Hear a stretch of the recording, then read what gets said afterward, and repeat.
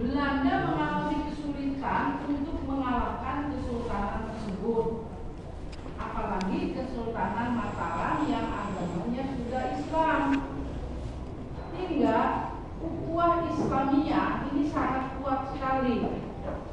Bahkan kerajaan Islam di Indonesia ini sudah bekerja sama dengan Kesultanan Turki, ya, tuh.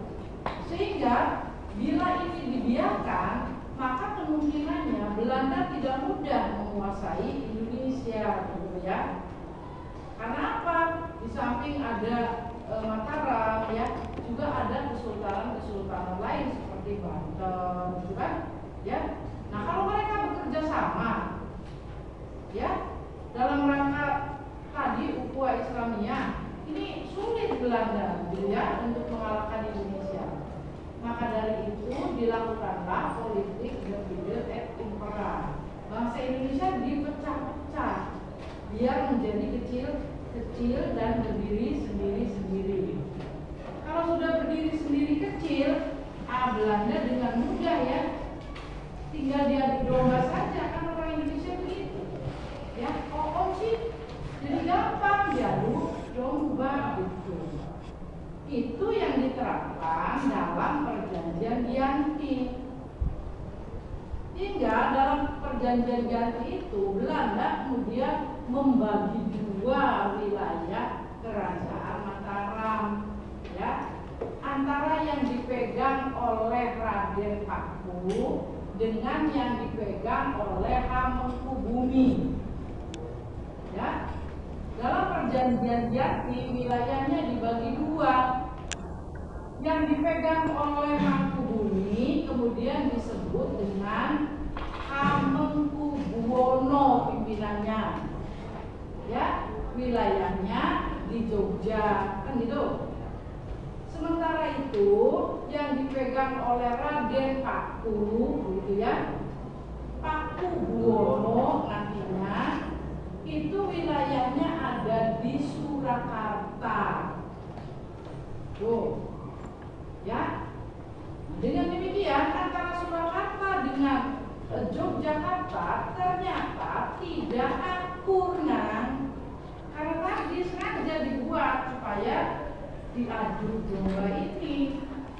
Hingga Yogyakarta berdiri sendiri, ya, Surakarta berdiri sendiri sampai sekarang, kan? Ada Kesultanan Yogyakarta, ada Kesultanan Surakarta, kan?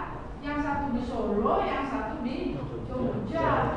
Nah, itu perjanjian Giyanti itu hanya membagi dua wilayah kerajaan Mataram antara Surakarta dan Yogyakarta. Jogja dipegang oleh Mangkubumi, ya. Surakarta dipegang oleh Raden Paku atau Pakubuwono dan Hamengkubuwono. Nah, ada lagi perjanjian Salatiga. Ya, masing-masing wilayah dibagi tiga lagi oleh Belanda. Ya, nah hingga jadi keadaan kerajaan di Indonesia ini makin lama makin lemah karena wilayahnya kecil. Yang satu diberi bantuan oleh Belanda, yang lain tidak, ya. Nah, yang diberi bantuan oleh Belanda ini biasa manas-manasi, jadi perang. Kalau perang yang satu dibantu Belanda, yang lain tidak, kan mudah dikalahkan. Kalau kalah, itu jadi wilayah saya, kan? Terus Belandanya minta bagian, wilayah untuk saya mana, kan kamu menang dibantu saya, harus separuh itu. Nanti wilayahnya lama-lama dikuasai Belanda, kan? Itulah yang namanya kolonialisme yang dilakukan Belanda, mulai dari VOC sampai pemerintah kolonial Hindia Belanda. Gitu, bisa? Itu oleh Punya, yaitu Ki Kumusangkan atau Ki Cakrabuana. Sehingga dalam menyebarkan Islam dia bisa mendekati dengan cara sosial, ya. Dia melihat kegiatan masyarakat, kemudian dia ikut berkecimpung di dalamnya, karena dia melihat bagaimana cara pamannya pada saat secara tidak langsung menyebarkan Islam. Kerjanya pamannya itu kan mencari udang kecil di laut ya, jadi nelayan tuh. Nah akhirnya jalan gitu ya. Nah akhirnya kan teman-temannya nelayan semua ya. Nah pada saat bergaul itulah kemudian dia mencoba ya mengajak tentang apa istilahnya menginformasikan tentang Islam.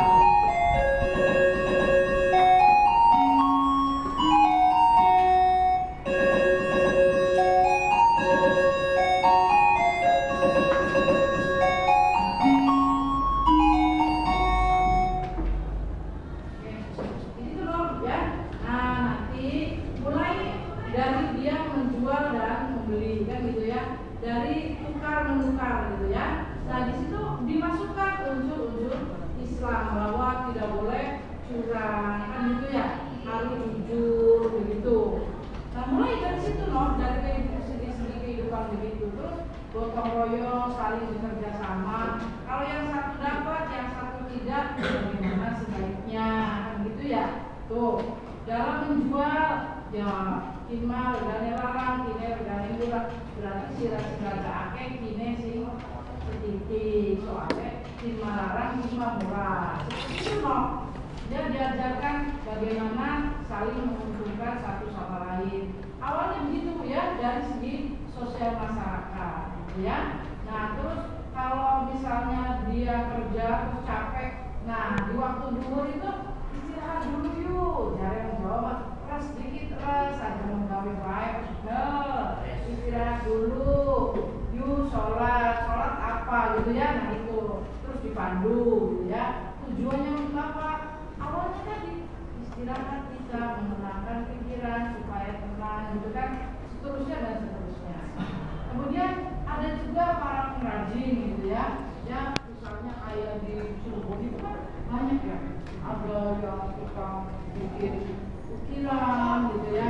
Nah itu terus apa nih, motif ini sudah ada, motif ini sudah ada, terus timbul imajinasi bikin berokan gitu ya. Nah berokan di satuan laut ke satuan darat gitu ya, kira-kira kita mau bermain di darat, di laut nggak dulu kan gitu ya. Nah dibuat idenya sedemikian rupa, akhirnya tadinya ukirannya bosan, dengan adanya motif baru jadi lebih laku kan ya. Kepercayaannya tuh ya Sumatria bener tuh idenya kan gitu ya. Terus imajinasinya coba menggabungkan 3 binatang jadi satu kan gitu ya. Di Cirebon ada ya keretanya ya, gambarnya paksi naga liman ya. Paksi itu burung, naga itu ular naga, liman itu gajah ya kan. Kemudian dibuat dalam sebuah ukiran kayu, 3 bentuk itu dalam satu wujud. Nah keretanya Kasepuhan Cirebon ya. Nah itu paksi naga liman. Itu juga aneh banget gitu ya. Nah kenapa ngomong begitu? Jangan jauh-jauh di Cirebon, di rumah saya juga ada ya, tapi miniaturnya gitu soalnya rumahnya muat kalau begitu ya. Kebetulan itu mah kayak saya senang ukir, jadi hasil buatannya